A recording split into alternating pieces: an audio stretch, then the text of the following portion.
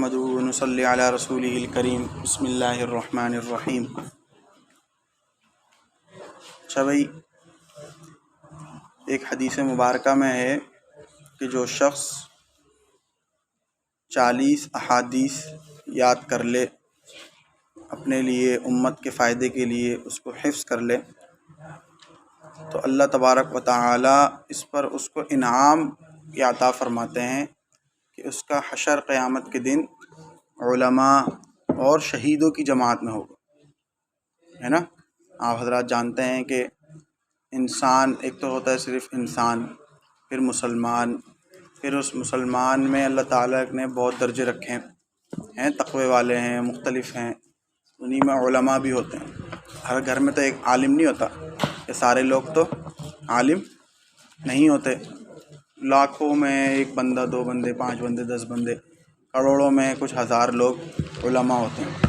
اور علماء کی فضیلت آپ کو پتہ ہے، علم کی فضیلت آپ حضرات جانتے ہیں کہ کتنی زیادہ ہے۔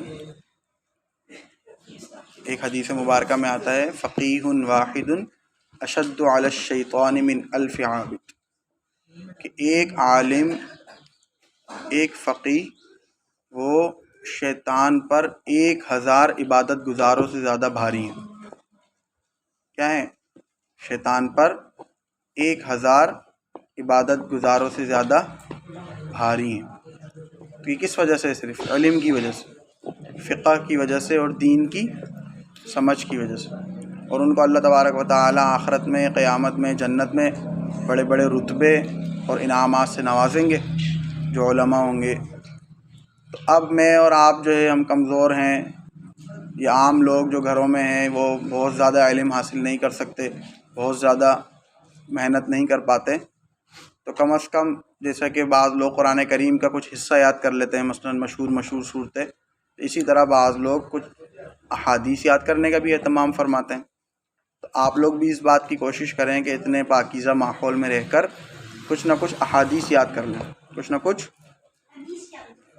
تو یہاں پر بھی آخر میں 40 احادیث لکھی ہوئی ہیں جو انشاءاللہ تعالی وقتاً فوقتاً آپ حضرات کو یاد کروائی جائیں گی، آپ حضرات سے اس کا ترجمہ اور مطلب بیان کیا جائے گا، جس میں سب سے پہلی حدیث ہے انما الاعمال بالنیات۔ مختصر سا جملہ ہے، انما الاعمال بالنیات، کہ اعمال کا دار و مدار نیتوں پر ہے، سارے کے سارے اعمال نیت سے ہیں، نیت پر اس کا دار و مدار ہے۔ کیا مطلب؟ آپ کو پتہ ہے کہ نماز جیسے مثال کے طور پر پڑھی جاتی ہے تو اس میں سب سے پہلے کیا کرتے ہیں ہم؟ نیت کرتے ہیں نا، اور نیت ہی نہیں کریں گے تو نماز کیا ہوگی؟ تو عمل کے صحیح ہونے کے لیے، عمل کے درست ہونے کے لیے بھی نیت ضروری ہے۔ جیسے نماز کے اندر اب کسی نے زکوٰۃ دینی ہے، ٹھیک ہے، اس نے زکوٰۃ دینے سے پہلے یہ نیت ہی نہیں کی کہ میں زکوٰۃ کے مد میں یہ پیسے دے رہا ہوں، اور ویسے ہی اس نے بس صدقہ نکال دیا اور دل میں کوئی نیت نہیں تھی زکوٰۃ کی، تو وہ زکوٰۃ اس کی ادا نہیں ہوگی، ہے کہ نہیں؟ بعد میں وہ سوچ رہا ہے یار وہ تو زکوٰۃ کی طرف سے دینی تھی، بس وہ ایک نفلی صدقہ بن جائے گا۔ تو اس طرح عمل کے درست ہونے کے لیے بھی کیا ضروری ہے؟ نیت ہو۔ پھر اس میں ایک یہ مطلب بھی ہے کہ اعمال پر اثر جو ہے نیتوں کا بہت زیادہ ہے، کہ جیسی نیت ہوتی ہے اسی طرح اس کے ساتھ معاملہ کیا جاتا ہے۔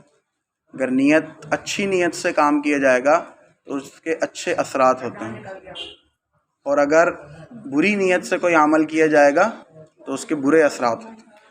چنانچہ اگر کوئی شخص اچھے کام بھی جو ہے بری نیت سے کرے تو اس کا برا اثر پڑتا ہے۔ اگر کوئی شخص نماز ہے، جو عبادات ہیں، جو بھی نیک کام ہے، وہ کیا کرے؟ بری نیت سے کرے، مثلا دکھاوا مقصود ہو کہ بھائی فلاں مجھے دیکھ لے گا اور مجھے نیک اور بزرگ سمجھے گا، اس لیے میں بڑے خشوع و خضوع سے نماز پڑھ کے اس کو دکھاتا ہوں، اس کو ریا کہتے ہیں، ریا کاری، دکھاوا۔ اور یہ نعوذ باللہ اس کو بولا گیا ہے کہ یہ بھی شرک کی ایک قسم ہے، کیونکہ نماز صرف کس کے لیے؟ اللہ کے لیے، عبادت صرف کس کے لیے؟ اللہ تعالیٰ کے لیے۔ تو اگر کوئی اس میں دوسرے غیر اللہ کو دکھاوا مقصد ہو تو وہ شرک کی ایک قسم ہے۔ تو نیت کا اتنا بڑا دخل ہے۔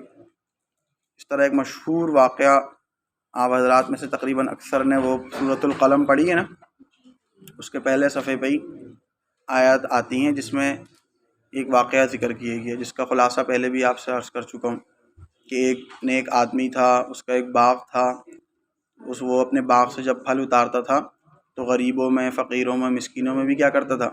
تقسیم کرتا تھا۔ اب اس کا انتقال ہو گیا اس نیک آدمی کا، تو اس کے بعد اس کے بیٹے اس کے وارث بنے باغ کے۔ وہ بیٹے جو ہے اتنے نیک نہیں تھے، لالچی تھے۔ وہ جب باغ سے پھل اتارنے کا وقت آیا تو انہوں نے راتوں رات یہ پلاننگ کی، یہ ارادہ کیا۔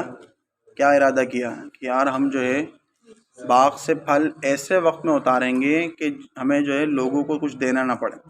یہ ظاہر سی بات ہے، دن سورج کی روشنی میں جب بندہ دن میں کام کرتا ہے تو سب لوگ دیکھ رہے ہیں، آ رہے جا رہے ہیں، سب جمع ہو جاتے ہیں کہ یار ہمیں بھی کچھ نہ کچھ اس میں سے مل جائے گا۔ کہا نہیں، ہم رات کے ٹائم اتاریں گے، 3-4 بجے جب سب سو رہے ہوتے ہیں تو ہم اپنا پھل اتار کر گھر لے جائیں گے، سب کچھ کسی کو دینا بھی نہیں پڑے گا۔ اب وہ کیا تھا، ان کی کیا نیت تھی؟ ایک بری نیت تھی، غلط نیت تھی، لالچ تھی ان کی نیت میں۔ اب اللہ کا کرنا کیا ہوا کہ جب وہ راتوں رات پہنچے اپنے باغ پر کہ بھائی دیکھیں جا کے اپنے پھل وغیرہ اتاریں اور لے کر آ جائیں گے۔ اب جب وہ وہاں پہنچے تو انہوں نے بولا یار لگتا ہے ہم راستہ بھٹک گئے، یہ وہ جگہ تو ہے ہی نہیں ہماری جگہ، ہم تو کہیں اور آ گئے، وہاں باغ ہی نہیں تھا۔ وہ یہ پہلے یہ سمجھے کہ شاید ہم راستہ بھول گئے اپنے باغ کا اندھیرے میں۔ پھر تھوڑی دیر جب انہوں نے غور کیا تو پتہ چلا جگہ تو وہی ہے، باغ نہیں ہے۔ باغ کہاں گیا بھائی؟ وہ اللہ کے عذاب سے نیست و نابود ہو گیا، نعوذ باللہ۔ وہ کیا تھا؟ وہ ان کی اس غلط نیت کا نتیجہ اور غلط نیت کا اثر تھا۔ یہ قرآن کریم میں واقعہ ہے، میں اپنی طرف سے نہیں بنا کے سنا رہا ہوں۔ وَلَا يَسْتَثْنُونَ فَطَافَ عَلَيْهَا طَائِفٌ مِّن رَّبِّكَ وَهُمْ نَائِمُونَ فَأَصْبَحَتْ كَالصَّرِيمِ فَتَنَادَوْا مُصْبِحِينَ۔ ان آیتوں میں یہی واقعہ بیان کیا گیا۔ تو انما الاعمال بالنیات کا کیا مطلب ہوا کہ اعمال کا دار و مدار نیتوں پر ہے، سارے عمل نیت سے ہیں۔ نیت ہوگی تو عمل شمار ہوگا، اچھی نیت ہوگی تو اچھا اثر پڑے گا، بری نیت ہوگی تو برا اثر پڑے گا۔